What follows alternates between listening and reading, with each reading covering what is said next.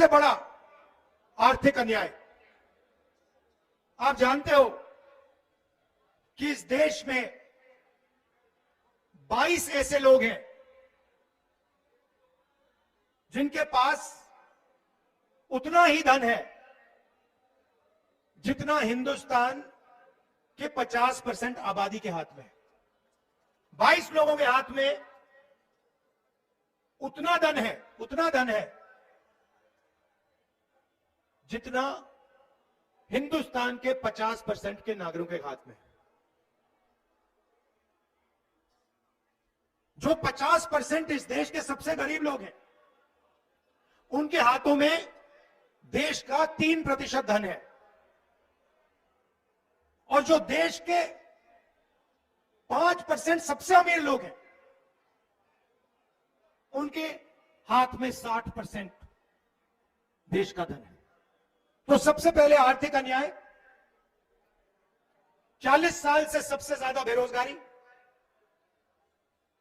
अगर आप युवाओं की बेरोजगारी को देखें तो हिंदुस्तान में पाकिस्तान और बांग्लादेश से दुगनी बेरोजगारी। ठीक से सुनो, पाकिस्तान और बांग्लादेश से दुगनी बेरोजगारी हिंदुस्तान में। यह क्यों हुआ? क्योंकि नरेंद्र मोदी जी ने नोटबंदी की, जीएसटी लागू की, और जो छोटे व्यापारी हैं, जो छोटे कारखाने चलाते हैं, स्मॉल और मीडियम बिजनेस चलाते हैं, जो इस देश को रोजगार देते हैं, वो एक के बाद एक बंद हो गए। और अगर आज हिंदुस्तान की अर्थव्यवस्था को आप देखें तो हर सेक्टर में